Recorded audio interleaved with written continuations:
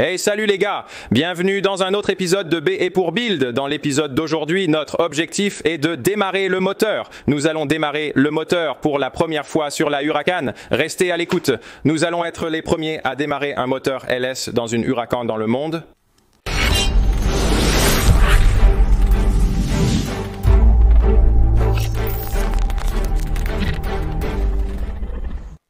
Si nous démarrons, nous devrons considérablement modifier cette configuration actuelle. Nous avons besoin de notre embrayage et du volant d'inertie pour que le démarreur s'engage et démarre le moteur, ce qui implique de retirer la transmission.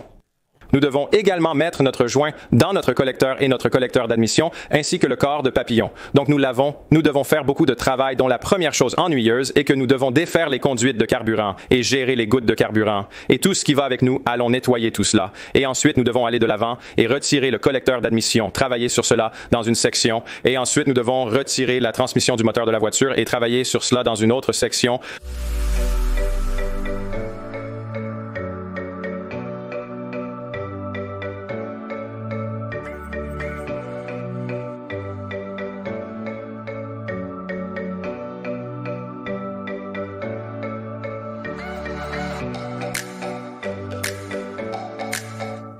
Nous avons retiré la transmission du moteur et sommes prêts à travailler sur l'embrayage, le plateau de pression et le volant d'inertie. Cette unité doit être boulonnée à l'arrière du moteur, frappée par le démarreur. Au centre se trouve l'embrayage que nous devons démonter puis boulonner au moteur, remonter, faire glisser l'essieu transversal à travers et reboulonner pour avoir toutes les pièces de connexion.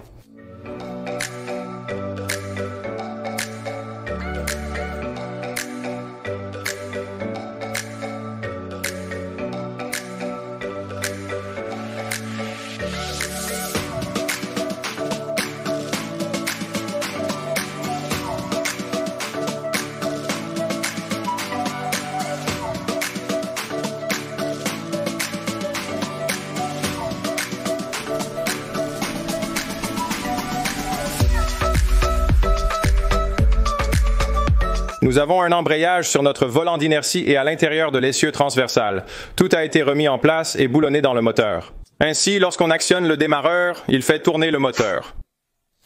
Ensuite, il faut installer les bobines d'allumage à leur emplacement prévu. Elles ne vont pas être ici. Nos nouveaux couvercles de soupape Texas Speed n'ont pas de point de montage pour elles, donc nous allons les monter plus bas. Nous pensons que c'est juste. À peu près ici, quelque part. Cool! Nous allons retourner les composants pour les rendre plus cool, puis modifier le câblage pour qu'ils s'allument au bon moment, car ils contrôlent l'étincelle et l'injection de carburant dans les bons cylindres. Et une étincelle dans un autre cylindre. Ce serait mauvais, alors Oscar va aller de l'avant et inverser ce câblage de l'arrière vers l'avant. Ensuite, nous allons construire un support pour les monter à un endroit sympa. N'oubliez pas que notre collecteur d'échappement montera, donc il ne sera pas vraiment dans le chemin.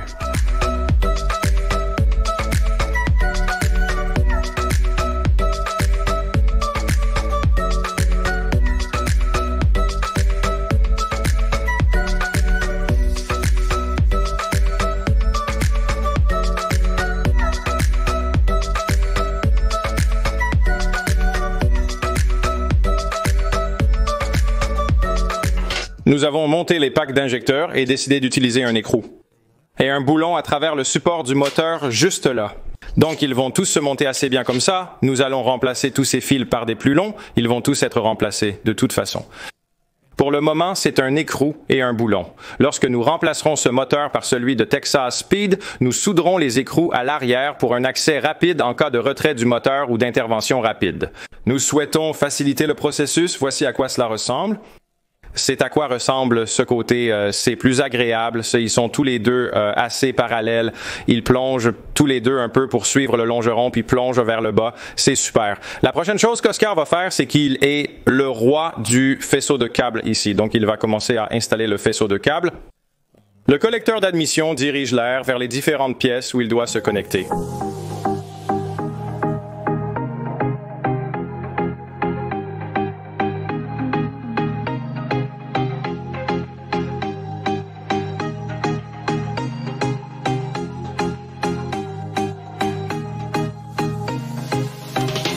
Le lendemain, nous avons installé tous nos fils, mais nous avons appris des choses pendant la nuit. les choses vont changer un peu. Nous allons nous y replonger à l'arrivée d'Oscar et faire quelques achats. Je vais expliquer ça dans un instant. Pour l'instant, Kyle et moi allons faire deux choses à la fois. Je vais retenter de modifier le câblage pour faire fonctionner les clés. Nous avons un tas de nouvelles pièces de chez Mullins. Nous avons un faisceau de câblage ici et essentiellement ce que je vais faire, c'est cette partie qui a été coupée ici. Je vais aller de l'avant et réparer cette partie de la guirlande à peu près ici. De sorte que ce côté de la guirlande est juste OEM. Nous revenons à OEM. Nous pouvons donc le brancher de l'autre côté de la guirlande et voir si cela change quelque chose. Pendant que je travaille là-dessus, Kyle va travailler sur ce morceau brûlé de plaisir. Nouveau bras de contrôle disponible pour les supérieurs. Pour les inférieurs, nous avons une nouvelle suspension et de nouvelles extrémités de biellettes de direction. Nous allons enlever tous les déchets et mettre de nouvelles choses. Maintenant, nous allons finalement sabler ces choses pour les nettoyer. Un petit peu, mais pour l'instant, nous n'avons pas la douille appropriée pour enlever l'étrier de frein et je ne veux pas faire sauter la peinture de l'étrier de frein car c'est un très beau rouge Ferrari, Lamborghini, Lamborghini rouge. Donc de toute façon, nous allons juste faire tous les bras de contrôle et des choses comme ça parce que nous avons l'objectif à la fin de cette chose, nous ne voulons pas seulement qu'elle fonctionne.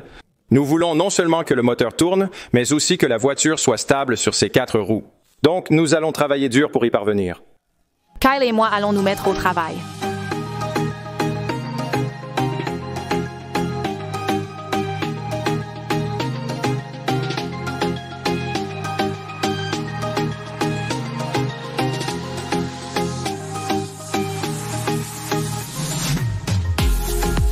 D'accord, donc le câblage est en attente jusqu'à ce que je puisse démonter mon autre Huracan.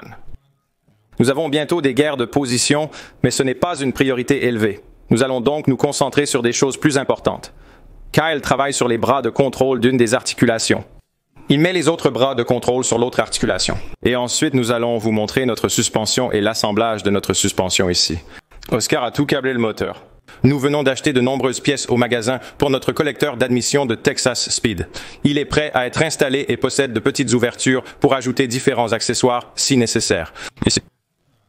Vous savez ce que nous allons les utiliser pour notre capteur de pression absolue du collecteur. Donc le capteur manifold absolute pressure est en fait intégré dans l'unité de commande électronique. Donc ce que nous devons faire est de faire passer un tuyau. Donc nous allons bloquer ceci.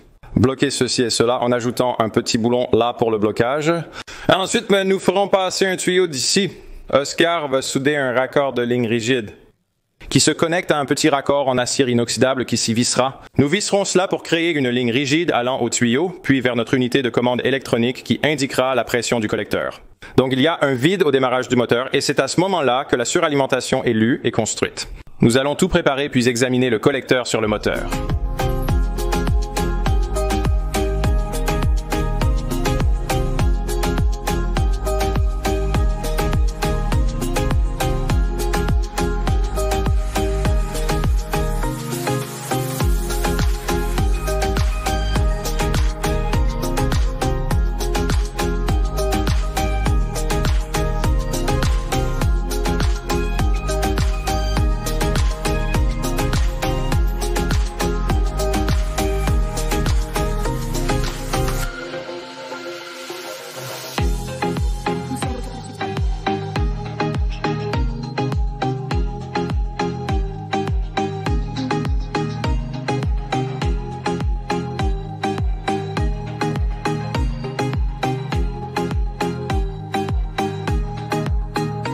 Le collecteur est là, il a l'air génial. Je tenais à souligner que c'est un port de cathédrale.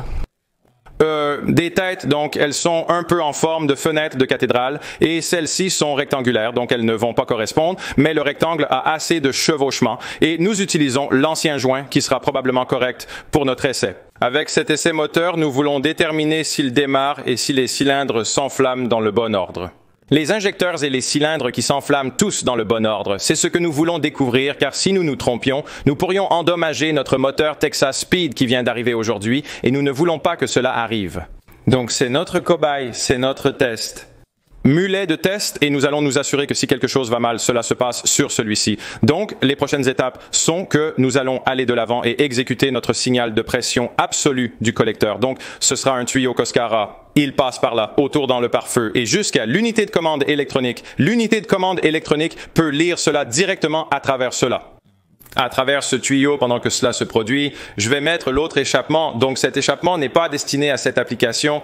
Cela ne sera pas une solution permanente, mais cela nous aidera temporairement à éloigner l'échappement de nos têtes pendant que nous écoutons et vérifions que tout fonctionne correctement. Et tout a l'air bien. Donc, je vais aller de l'avant et mettre l'autre échappement, puis je vais mettre le corps de l'accélérateur aussi. Nous avons un corps d'accélérateur massif qui peut gérer la suralimentation. C'est un super amélioré de Texas Speed. Il a vraiment l'air cool et il est géant pour correspondre au trou géant juste là. Je vais donc aussi l'y mettre.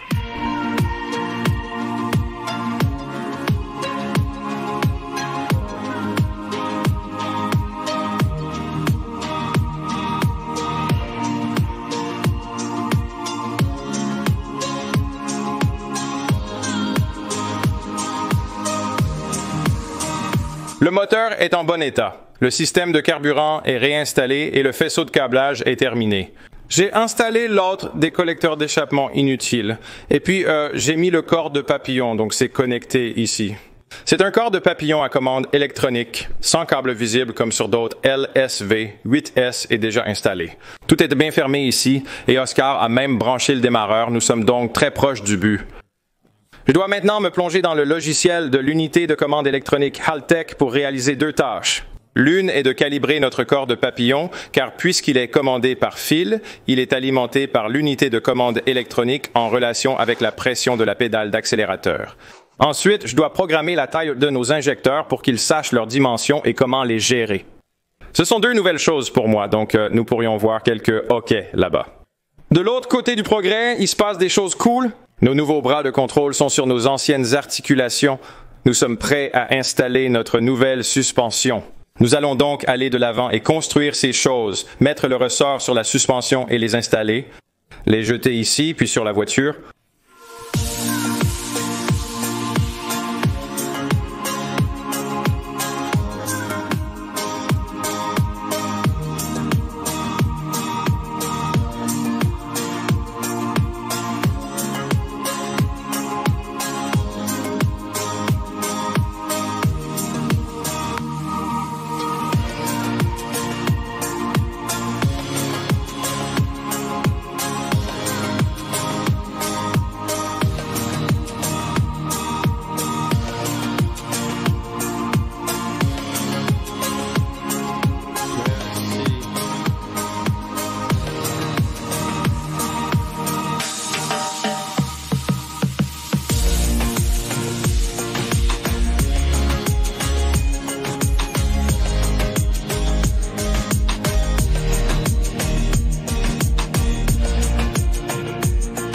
Donc, nous avons configuré l'unité de commande électronique pour nos types d'injecteurs, nos temps morts, toutes ces bonnes choses. Nous avons calibré le corps de l'accélérateur pour qu'il aille avec la pédale maintenant et nous avons même installé nos nouveaux amortisseurs sur notre articulation.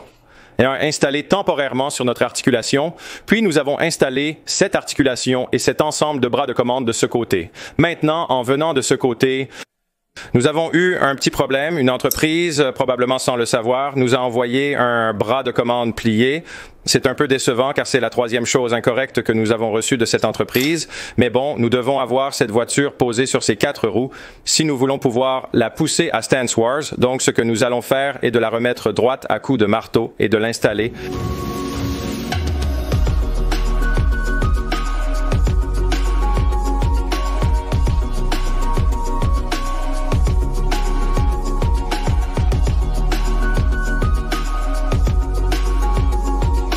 Nous avons tous nos composants de suspension, sauf la biellette de direction intérieure pour cette roue.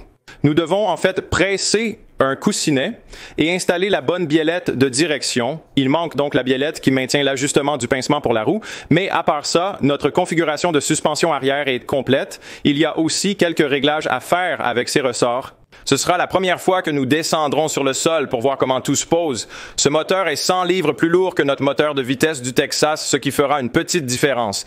Mais envoyons-le en bas. Voyons à quoi ça ressemble, mec. C'est sympa. Je sais que c'est vraiment bas comme notre centrale électrique est super basse dans le véhicule. Ce qui est génial, c'est vraiment très bon pour le centre de gravité et tout le reste. Comme ça, toutes les performances et tout ça nous semblent très bas parce que nous l'avons eu sur le pont pendant si longtemps. Alors mec, c'est mauvais, c'est une balade qui a l'air méchante. À quelle hauteur se trouve notre carter d'huile du sol? Tu penses qu'on va devoir modifier cette chose? Oui, c'est bas, ce n'est pas incroyablement bas. On peut définitivement le modifier et le monter d'1 pouce. Et ce serait bien, je veux dire, c'était le plan de jeu quand on a acheté ce carter d'huile, c'est qu'on devrait probablement le couper et le réduire un peu, mais je veux dire, pour la conduite sur piste, c'est bien, il n'y a pas de plaque d'égout sur les pistes, n'est-ce pas? Nous devrions exceller en drag racing sur piste. Nous l'avons cloué avec ça. Et la hauteur de la balade. La hauteur de la balade et tout est super. Ensuite, nous allons démarrer ce moteur, nous allons mettre de la bonne huile dedans et la tester. Et comprendre.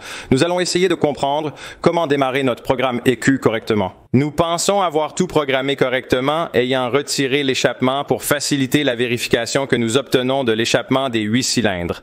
L'objectif principal est de s'assurer que nous tirons dans le bon ordre de cylindres sans collecteur, que les injecteurs pulvérisent du carburant et que les bougies d'allumage frappent dans le bon ordre de cylindres. Et nous fonctionnons sur 8 cylindres. Avant d'échanger la vitesse du Texas, nous ne l'utiliserons pas longtemps. Nous n'allons rien faire. Rien de faux ou quoi que ce soit de ce genre. Il n'y a vraiment aucun intérêt. Nous essayons simplement de nous assurer qu'il fonctionne correctement.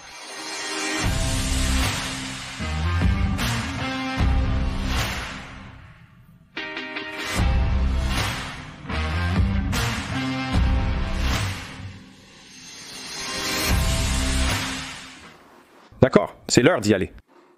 D'accord, il est temps de commencer. Tu es prêt?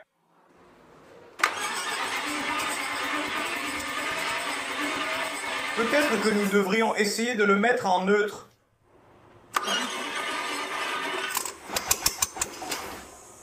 Oh, de l'eau.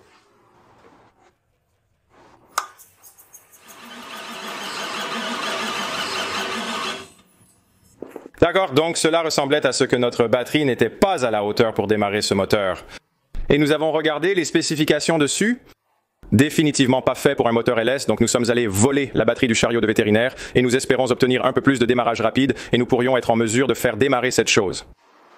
D'accord. Tout le monde est prêt? Oui, prêt. Mec, une meilleure batterie dans tout, je pense que ça tourne si lentement, c'est oui. Enlevons les bougies, faisons-le tourner pour s'assurer qu'il élimine tout. Enlevons les injecteurs aussi pour ne pas le noyer. Donc, vous avez entendu le plan de jeu injecteur débranché pour ne pas injecter beaucoup de carburant dans le moteur et noyer le moteur bougie d'allumage. Débrancher, rechargeons la batterie à nouveau et ensuite nous allons continuer et le faire fonctionner et s'assurer que nos bougies d'allumage font des étincelles et ensuite nous pouvons vérifier que nos injecteurs injectent. Nous pouvons dépanner à partir de là, mais jusqu'à présent, le plus étrange est que même avec de très bonnes batteries entièrement chargées, elles ne permettent qu'une tentative de démarrage avant de s'épuiser.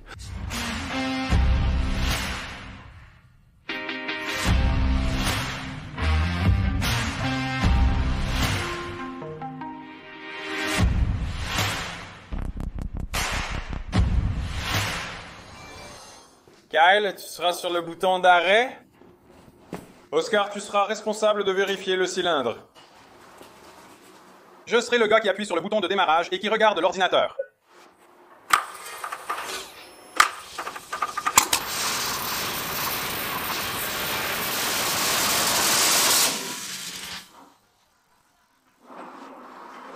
D'accord, d'accord. C'était 3700 tours par minute.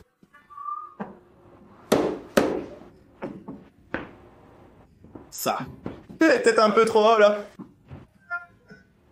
Eh bien, Nous l'avons certainement démarré. Nous avons rencontré un problème. Le régime a grimpé très haut. Il existe maintenant un limiteur de régime programmable dans l'unité de commande électronique, mais parfois il coupe l'étincelle tout en laissant le carburant, créant ainsi un deuxième pas. Nous tirons déjà des flammes d'ici, donc nous ne voulons pas en tirer de plus grandes. Nous devons vérifier son fonctionnement sur les 8. Nous avons rejoué les images en un peu de ralenti. Il semble fonctionner sur tous les 8, mais continuons et envoyons-le à fond. Nous allons brancher quelques caméras, une sur chaque banque. Nous allons démarrer cette chose et nous assurer qu'elle fonctionne sur tous les 8, et ensuite le tirer très rapidement une fois de plus. Il monte très haut dans les tours, probablement à cause des têtes de port cathédrale sur un collecteur d'admission à port rectangulaire qui laisse passer l'air. S'infiltrer, et si vous êtes plutôt nouveau dans le monde des voitures et leur fonctionnement. En somme, cela restreint l'air. Cela limite l'air, ce qui maintient le régime bas lorsque vous accélérez. En ouvrant cela, vous permettez au moteur d'aspirer plus d'air d'un coup. Si vous laissez cela à plein régime, c'est juste ainsi. Le moteur a tout l'air que vous voulez, donc si vous avez une fuite d'air, cela essentiellement, c'est comme ouvrir la position de l'accélérateur. C'est donc pour cela que nous avons probablement un problème pour cette raison. Il est donc temps d'installer quelques caméras à mouvement lent. Laissez-le déchirer une fois de plus.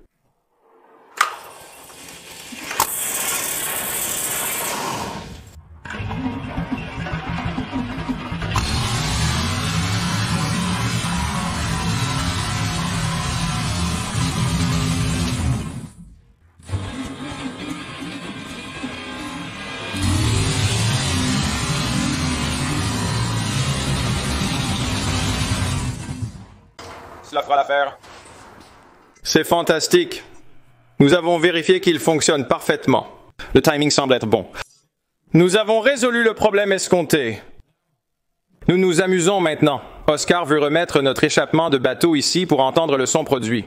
Il va donc avancer, tout mettre en place et nous le laisserons déchirer et fonctionner un peu plus pour voir comment il se comporte. Je me demande s'il va cracher de grandes flammes, des petites ou pas du tout. D'accord, nous avons eu un petit problème de mise à la terre, comme vous pouvez le voir avec nos blocs d'aluminium pratiques, mais nous avons résolu ce problème. Allons-y, nous allons le démarrer, cela aidera avec l'échappement.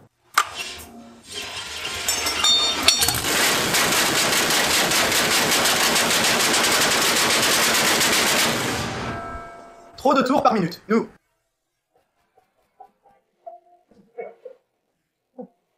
Impossible de réduire ces tours par minute. Était-il au ralenti? 3500 $. C'est tellement effrayant, c'est tellement violent.